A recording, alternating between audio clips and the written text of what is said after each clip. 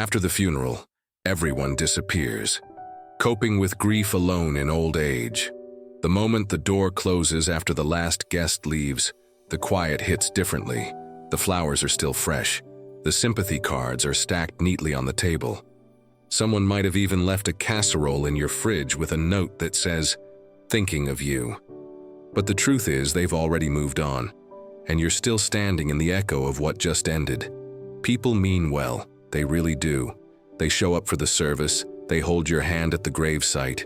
They say things like, "Call me anytime," or "You're strong, you'll get through this." But then the calls stop, the visits fade, life resumes for them. For you, it doesn't. Not in the same way. Because when you lose someone after a lifetime, after decades of shared routines, inside jokes, silent glances, and small arguments about nothing, that kind of grief doesn't pass quickly.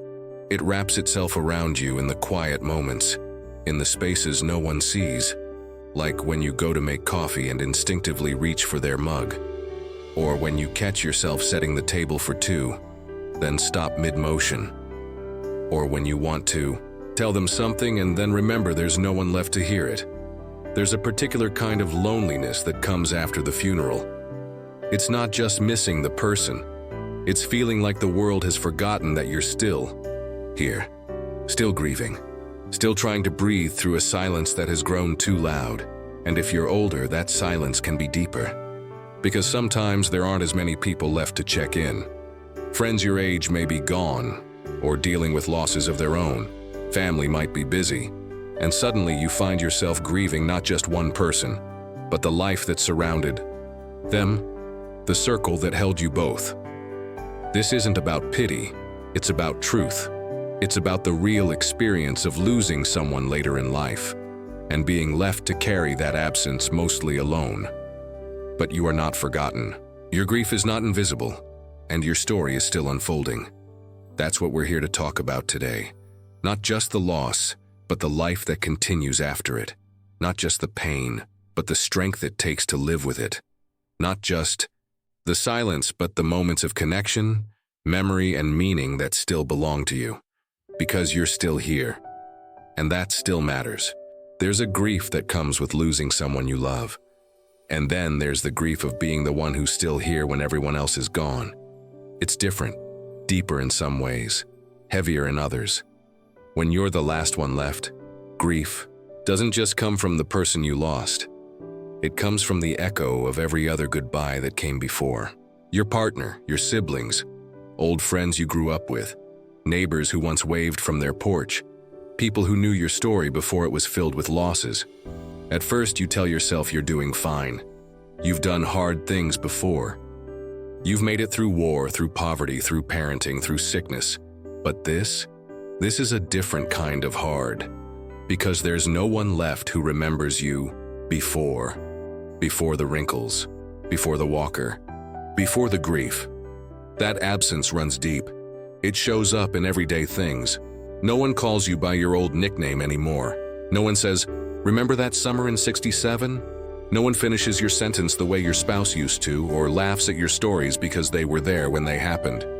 You can still hear those voices in your mind sometimes, but the rooms are quieter now, and the silence feels so much heavier than the words.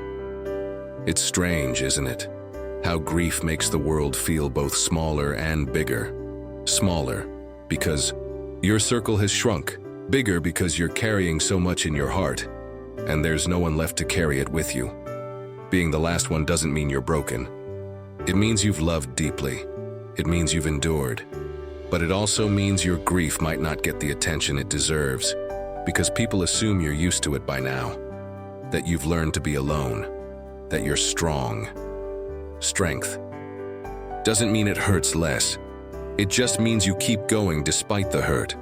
So if you're walking through grief as the last one standing, please know this: your feelings are valid. Your loneliness is real, and you are not strange for wishing, aching for the voices and faces that once filled your life. You're not just grieving one person. You're grieving an era, a lifetime, a world that only you remember now, and that deserves to be honored. The funeral ends. The chairs are stacked. The programs get folded and forgotten in glove compartments. And slowly, one by one, people go back to their lives. They go back to work. They take their kids to school. They run errands, plan dinners, post pictures online. The world picks up where it left off, but you don't. You can't. Because when someone close to you dies, it's not just their absence you're adjusting to. It's the way the world seems completely unchanged by your heartbreak. And that hurts. It feels like you're standing in the middle of a street where everyone else is rushing forward, and you're still frozen in the moment everything fell apart. They smile at you, maybe offer a kind word, but then they're gone. Off to their next thing. You're still holding the weight, still wondering how they moved on so quickly when your whole sky just cracked open. Some people don't even mention the loss again. Maybe they're trying to be polite. Maybe they think you don't want to talk about it, or maybe, and this is the hard part, they just don't know how to sit in someone else's pain. So they pretend it's over. But for you, it's not. You're still sleeping in the same bed, alone now. Still seeing their shoes by the door, still hearing their voice in your head when you make the grocery list. Still reaching for 2 plates instead of 1, still aching. It's not just loneliness, it's something deeper. It's the feeling of being left behind, not just by the person who passed, but by everyone else who moved on. And let's be honest, it's easy to start feeling invisible, like your pain has an expiration date in other people's minds, like you're supposed to have bounced back by now, as if grief comes with a timetable.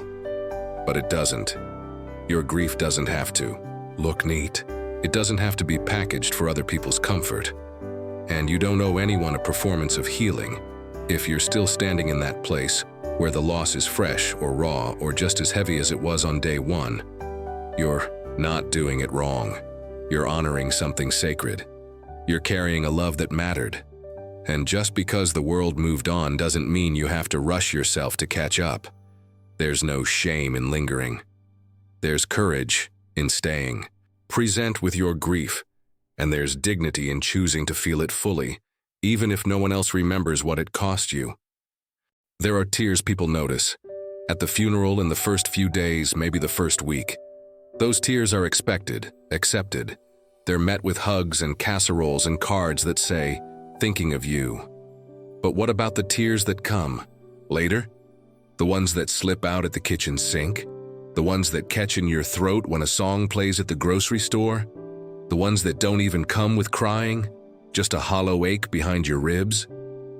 That's the part of grief no one talks about. The part that lives in silence. You walk through the house and say nothing, because there's no one to answer. You watch a show and realize halfway through you're still holding your breath. You reach for your phone out of habit, just to send a message to someone who's not there. You're surrounded by quiet, but it's not peaceful. It's heavy.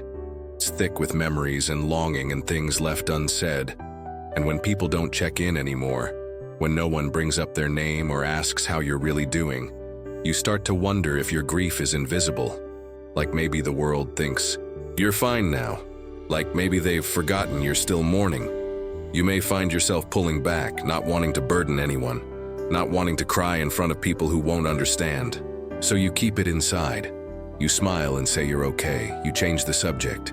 You mourn in silence, but silence doesn't mean you're okay. Silence just means you're carrying it alone. And carrying grief alone doesn't mean you're weak. It means you're human.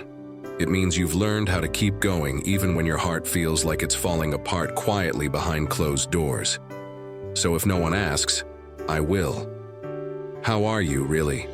Not the version of you the world sees, but the one sitting in the stillness tonight. The one who feels like their person was the only one who truly knew them. The one who wonders if anyone even notices how much you've changed since the loss. Your grief is not too much. Your sorrow isn't a burden, and your silence doesn't have to be forever. There's power in naming what hurts, even if only to yourself, even if softly. Because in that naming, in that gentle acknowledgement, you begin to open space for healing, not to erase the loss, but to stop disappearing inside it. When someone we love dies, the memories don't leave with them. They stay. In photographs, in coffee cups, in the way sunlight hits a favorite chair. in the smell of old sweaters, in phrases they used to say. Sometimes those memories are a comfort. Sometimes they're a trigger. Often they're both. There's a quiet line between remembering and getting stuck, and the truth is, it's easy to fall into either side. You want to hold on to everything. Every object becomes sacred. Every voicemail is replayed again and again. Every room feels like a museum you're afraid to rearrange. You fear that if you let go of the things, you'll lose the person. But memory doesn't live in things. It lives in you. In your voice, in your habits, in your stories. It travels with you even if you move the furniture or give away a jacket or finally stop checking your phone at 6 p.m., the time they used to call. Grief is not a betrayal of love. But neither is living again. You can still talk to them out loud. You can still light a candle every morning. You can still play their favorite music or write them letters. These are not signs that you're stuck. They're signs that you're still loving in a new way. Getting stuck looks like losing yourself completely in the past. It looks like closing every door to the future because it feels like opening one means forgetting. But here's a gentle truth. Remembering someone doesn't mean you have to stop your own life. And continuing your life doesn't mean you've stopped loving them. You are allowed to carry your memories forward, not as chains, but as chapters. Not as a weight, but as part of who you are now. Speak their name, laugh at their jokes, cry when you need to. But also, notice the things that make you feel alive again. Let yourself be surprised by joy, even when it comes quietly. Let new stories be written beside the old ones. Because memory is not a wall, it's a window. You can look through it, feel what you feel, and still choose to step forward when you're ready. And you don't have to rush. You just have to remember moving forward doesn't mean moving on. It means choosing to live with your love, not without it. When everything feels like it's falling apart, sometimes the only thing that holds you together is something small, something quiet, something that doesn't try to fix the grief, but simply makes space for it. It might be your morning coffee, the exact chair you sit in, the sound of the kettle boiling, the act of opening the curtains at the same time every day, a walk at 4 p.m., even if it's just to the mailbox. These things seem ordinary to the outside world, but for you, they're lifelines, because grief is unpredictable.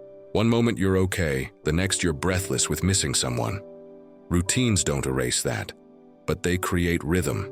They give your body and mind something to lean on when the heart is too heavy. Routines don't have to be grand. They don't have to look productive.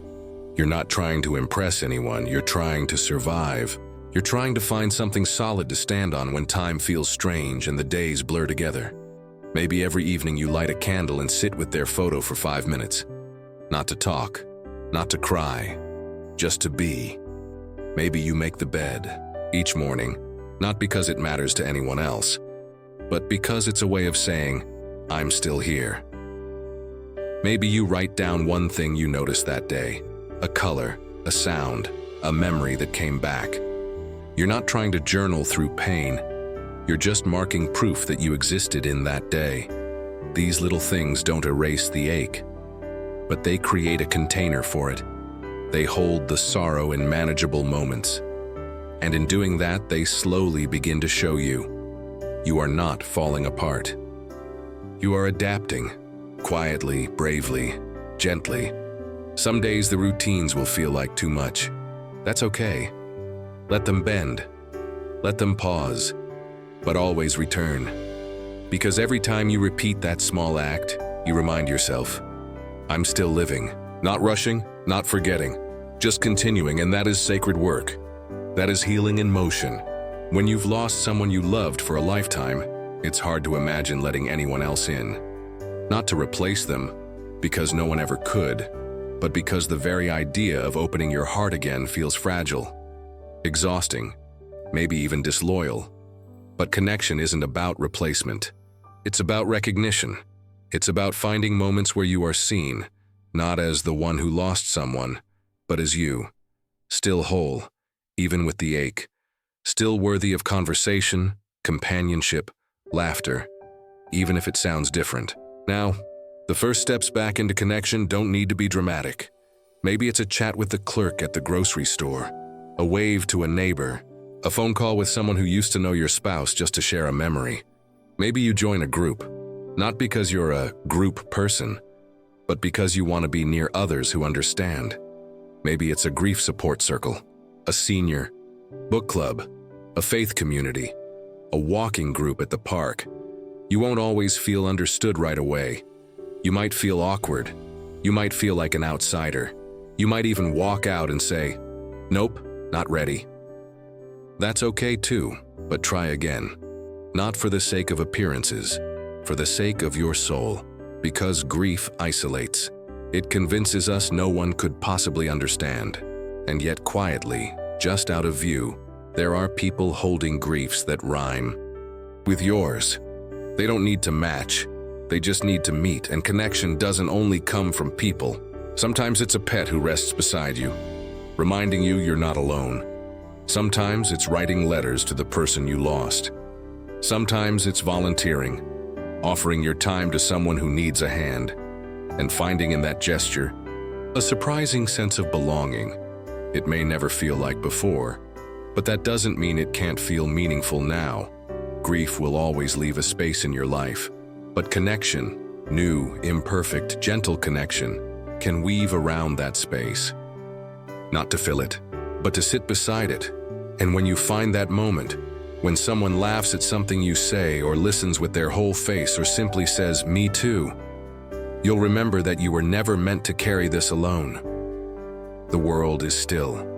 Here, it may feel different, but there are still places in it where you belong. Grief doesn't follow a calendar. It doesn't check the date and decide it's time to stop hurting. It doesn't get the memo that a year has passed, or 5, or 10. And it certainly doesn't care that the world expects you to move on. Because the truth is, grief doesn't end, but it does change. At first, it's loud. It takes up the whole room. It's in every breath, every conversation, every moment of silence. It wakes you in the night and follows you through the day. It's heavy and it's constant. But slowly, sometimes so slowly you don't even notice, it begins to shift. It doesn't disappear. It softens. It spreads out. It finds its place in your story instead of overpowering it. You may go a full day without crying. Then one day it hits you again, hard and sudden, like the loss just happened yesterday. And you may think, "I'm back at the beginning," but you're not. You're just living the kind of grief that comes in waves. One that moves with you now, rather than dragging you under. You'll always carry it. You'll always miss them. That never goes away. But your heart becomes strong enough to hold the pain and the love at the same time. Grief evolves. It becomes the quiet tear you blink away while folding laundry, the warm ache when you smell their favorite dish, the smile that sneaks in when you retell their joke to someone new, the strength that surprises you when you realize you just handled a situation the way they would have. Over time, grief becomes part of your rhythm, not a wound but a thread in your tapestry. And eventually, it starts to walk beside you instead of standing in your way. You may never feel fully whole again, but you become something else, something wiser, something softer, something stronger, and there's no shame in still missing them, no shame in still needing to cry, no shame in still carrying the love that shaped your life. That love didn't die, it just changed forms. So don't rush it, don't shame it, let it evolve as you evolve. Let it be what it is, a sign that you have lived and loved, and that the story isn't over just because someone else's chapter ended. There's a moment after the funeral when the crowd fades, the casseroles are eaten, and the sympathy cards are tucked into drawers. That moment stretches, sometimes into weeks, sometimes into years. And in that space, you learn something no one really talks about. Grief isn't just about the person you lost. It's about learning to live with the empty space they left behind. You do it quietly, bravely, without applause, without anyone checking in every day. You do it in the stillness of morning, in the ache of night, in the laughter that surprises you and the tears that don't. You do it even when the world forgets you're still grieving. You do it with grace, and maybe most people don't notice. Maybe they don't say your loved one's name anymore. Maybe they don't ask how you're doing in the way they used to. But that doesn't mean your love stopped mattering. That doesn't mean you stopped mattering, because here you are, still breathing, still waking up, still showing up to a life that looks different now. That alone is a quiet kind of heroism. And though you may feel alone, you're not forgotten, not by those who understand this kind of pain, not by the person you lost, and not by the part of yourself that is still holding on to what's good, what's true, what's worth living for. So today, I want to say something that maybe no one said to you in a while. You're doing better than you think. You're allowed to carry your grief. You're allowed to laugh again, and you're still deeply, fully, wonderfully alive. Your story didn't end with their passing. You're the one who carries it forward, with every step, with every word, with every breath, and that matters more than words can say.